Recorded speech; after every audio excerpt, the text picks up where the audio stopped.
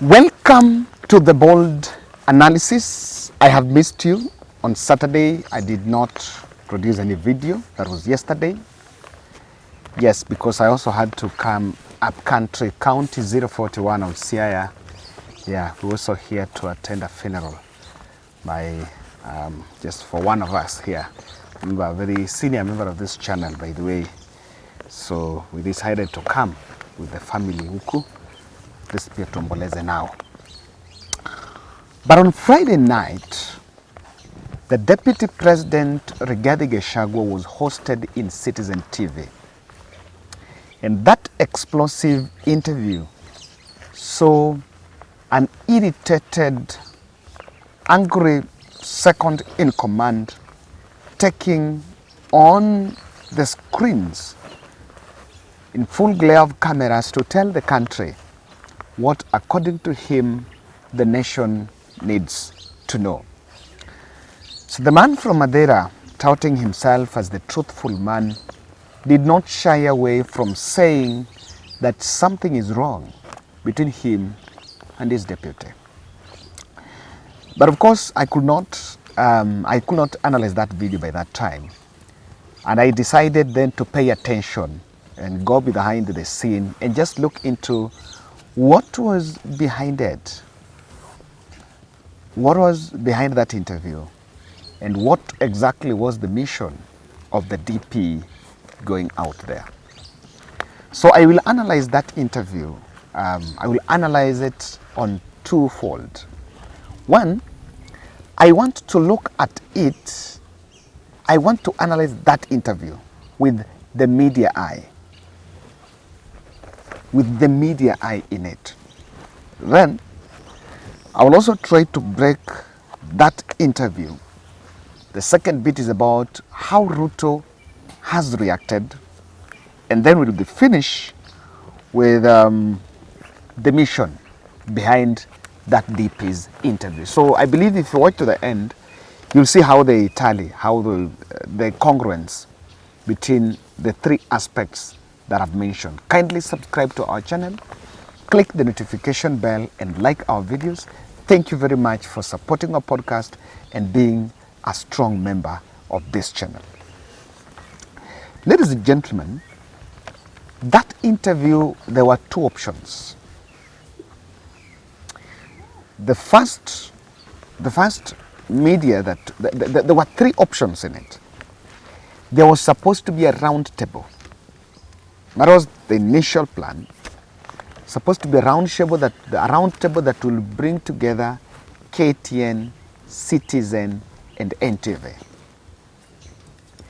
And because the DP is being accused of, running against his boss, they dropped the round table because, without profiling, one of the media houses insisted on a pre-recorded interview.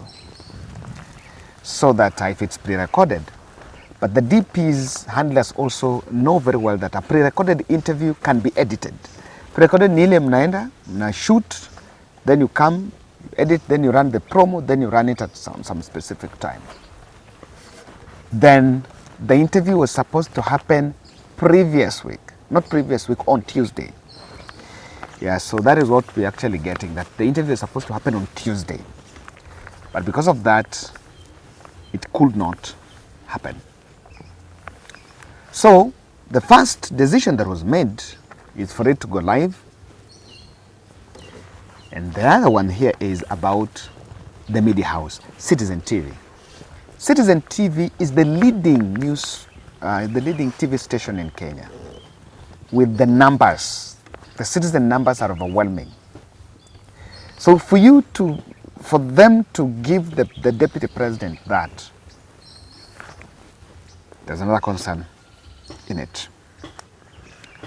The other aspect, another observation I made about that interview is the timing and the airtime.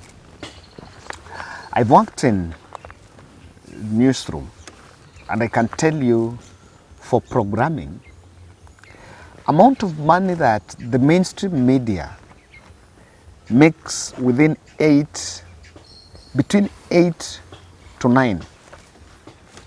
The programs that run that time, in program there is news program, and then there is the other, there's news features, and then the other entertainment or dramas or the soap operas. So amount of adverts, and I want to give you a good assignment, just watch Citizen TV between 8 to 9. When there is those local dramas and the soap operas, how many adverts run there? Quite a number of adverts. And then Citizen also have news features and interview after 9.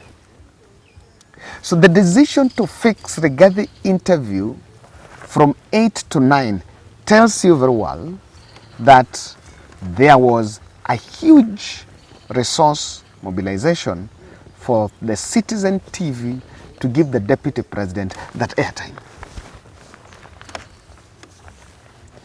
And those are some things that William Ruto's handlers are looking into. Of course, he said that he's the one who called for that interview. So it is not just about calling for interviews. Do you know that today Musalia Mudavadi can call for an interview, to have exclusive interview, and the media houses can refuse because he doesn't have numbers? They can even reorganize, reschedule, tell him we'll do it next week, do it this, because he doesn't have the numbers.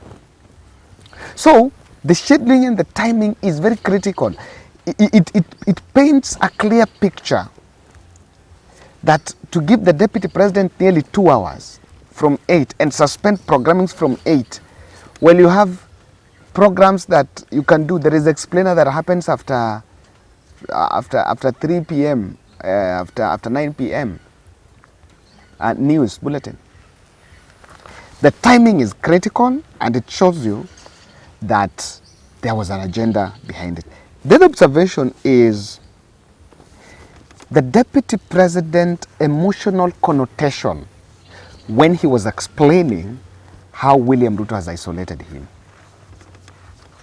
And the things he said in that interview, the things Rigathi said, he's been removed in a WhatsApp group and is explaining that everyone else is in that WhatsApp. So he wakes up at one point. Then I was told someone was saying Rigathi removed while typing. He's removed from that WhatsApp group. He's locked out of president's diary.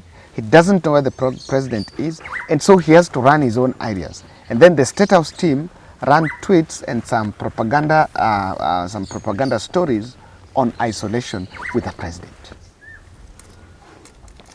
And if you look at the DP's body language, you'll understand that he spoke with, and there is something he said, that he tried to talk to Ruto about those things, but Ruto has refused. So from my deep outlook of that interview, the second in command was not addressing Kenyans. He was addressing the president. He compares his tribulation, that what he's going through is worse than what William Ruto says he went through in the hands of Uhuru Kenyatta. And probably it is too quick for this fallout, Ruto Uhuru or Ruto Gachagua. It is too quick, and there is something that Rigathi Gachagua understands very well, that when this fallout is compared with Uhuru and then with him, things are not really looking good on his side. So if you ask me on that interview, why I made those observations on that interview number one, I wanted to tell you this, that interview was not just as easy as Rigathi have called. There are so many boxes that were ticked between it was done. And one of them is the fact that it was prime time. 2 hours, the deputy president not explaining government policies, not explaining Adani, but talking to the country about his relationship with the president. That is not very casual as people might think. So the DP was very intentional about it. So that was the first bit of that interview, and it's telling you, and it's supposed to show you something here. What Ruto did next, look at this.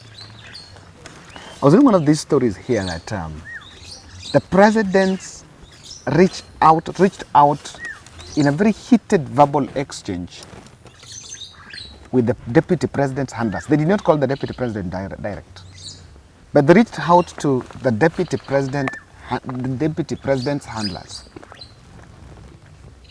on what exactly had transpired and the intrigues behind that interview, and even the other players within the media space.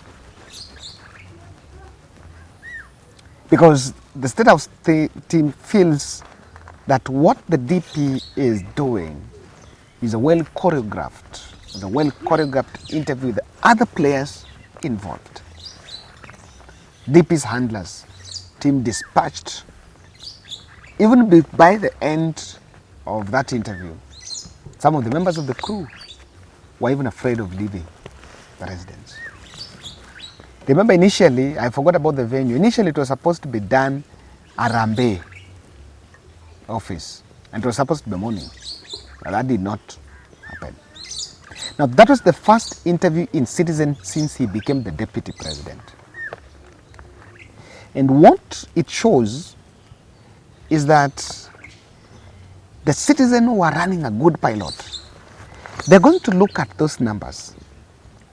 And when they realize that Rigathi's numbers in screen are now good, then what it will change. And when they realize that the fallout between Ruto and Rigathi is having a spark, then they will start covering it fully and giving it a lot of airtime. And now that is one of the things behind it. Now Ruto did three things. Number one, I'm at home, and the funeral that I was attending here is where the Rigathi Gachagua was talking. Rigathi Ichung'wa was in Siaya. So one of our subscribers who lost the husband. So the husband works for Kimani Ichung'wa. Kimani Ichung'wa has a company known as Suffolk's.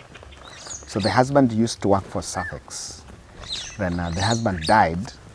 So it's the one we were burying back in Siaya. And Kimani Ichung'wa attended that funeral. So if you realize, yesterday I was live for some few minutes. I was attending that funeral. And he is denying, he's actually denying that,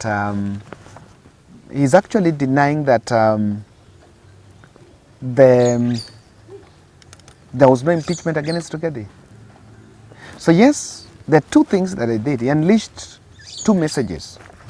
There's no impeachment against Rigathi, and number two, that Rigathi was the mastermind of 25th June protest.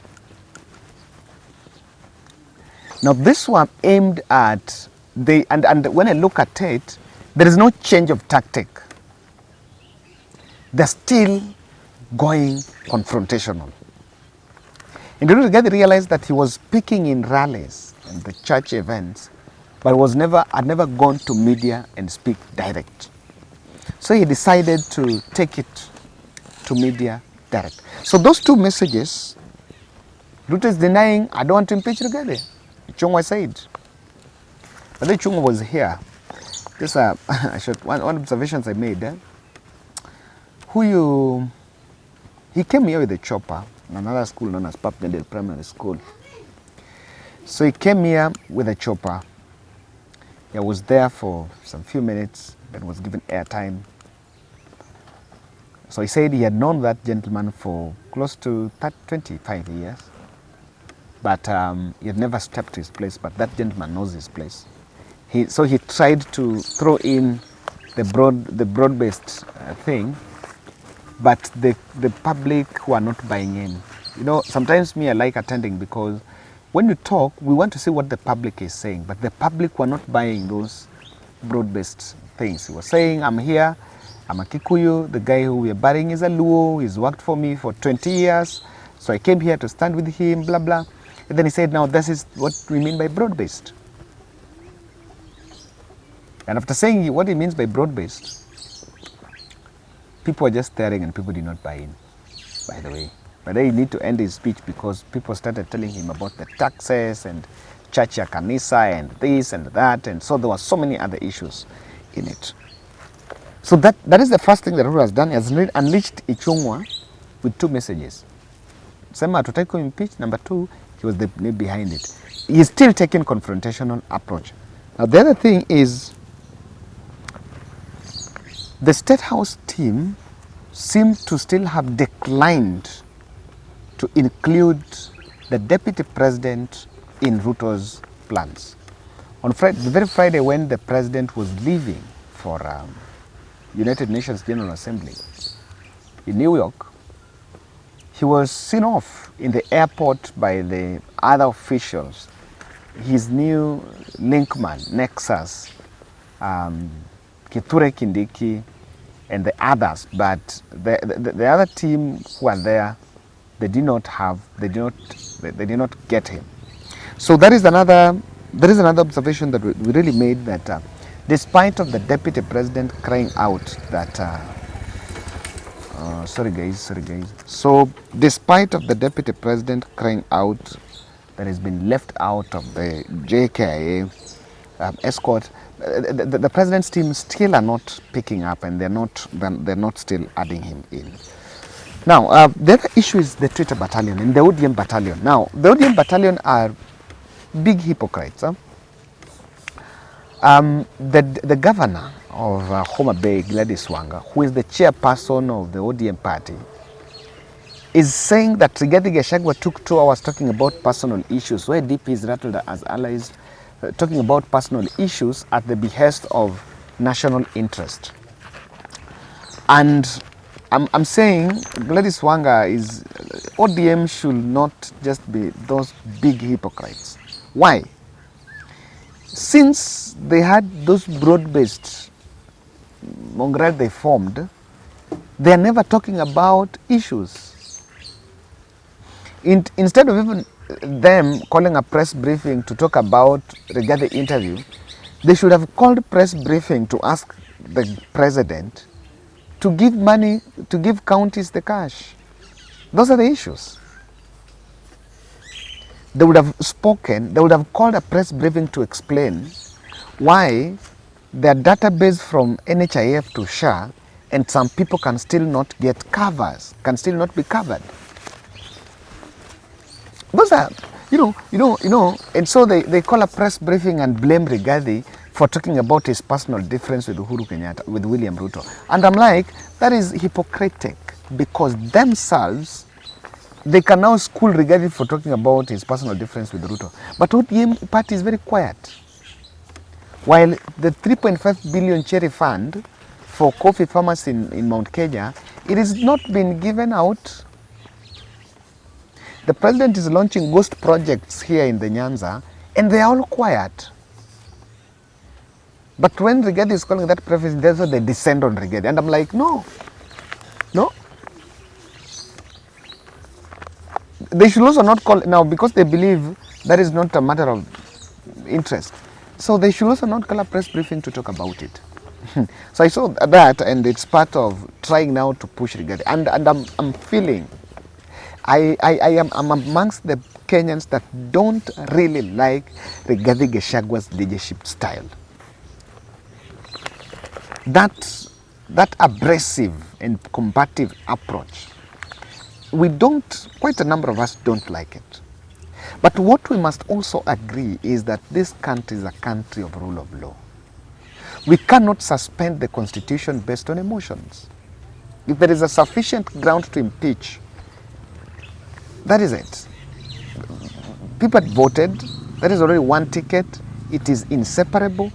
If we need to separate, then that divorce has to be within the confines of the law. But that divorce cannot be based purely on politics. And now, what I am against is this, and I want to be very objective here. I saw some people saying in the comments that you are in Rigathi's payroll. No, this is the truth. The truth of the matter here is the deputy president, Rigathi Gachagua, was Ruto's deputy. So if you want to impeach Rigathi, want to remove Rigathi, then you start by installing someone like Kindiki. Then what do you are you telling us you are installing, you are removing because you want Kindiki, or removing because this person is bad? No, the two reasons. And there's one person, so government is run as a system.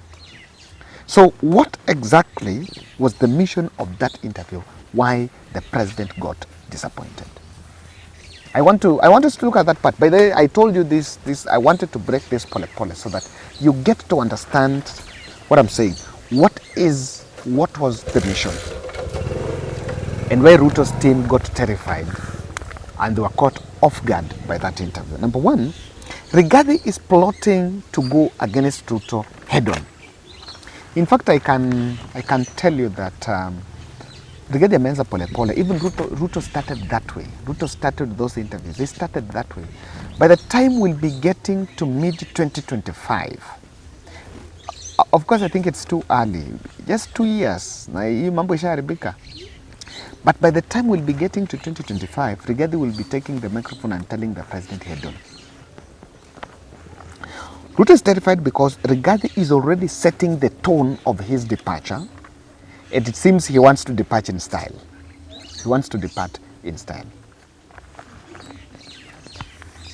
The other issue that is rattling the president, the media is setting that fallout as an agenda. And let me tell you, that fallout is not a matter of national interest. But that fallout has a big impact on the image of the president. Because president will struggle to explain to the country why, yes, he fell out with Uhuru Kenyatta, but how comes he's also falling out with the deputy president?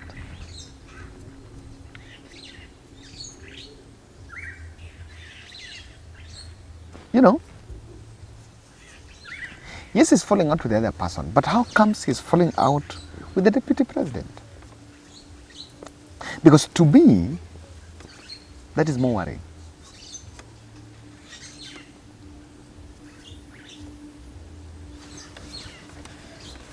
I honestly feel, I can honestly say that is more worrying.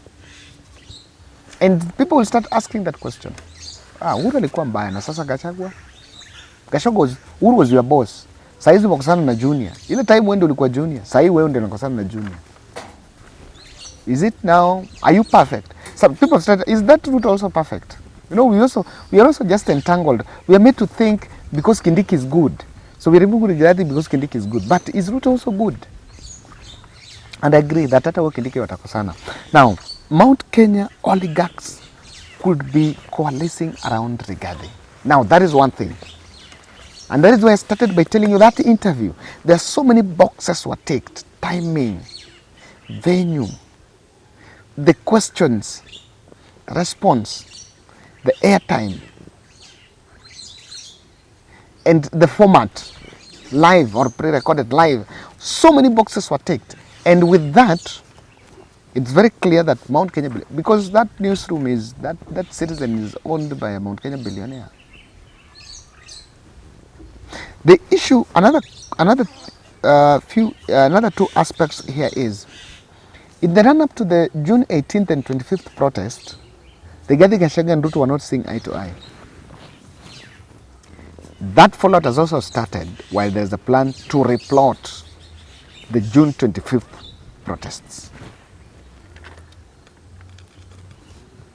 Could it end up leading the country in some sort of protest? And lastly, when Rigathi goes public about instability of the country, even some of the partners that are supposed to support the country, to lend the country some money, they chicken out. And there is a facility by IMF that is so much pegged on political stability. Yes, there's so many lenders in the country that before they pour money to Kenya, they're looking at stability. So the potential of Rigathi Gachagua facing out government in the global stage is there. And that is why I can feel, guys, that the DP, the president, dispatched a team to spy on president's handlers, on the DP's handlers after that interview. Thank you.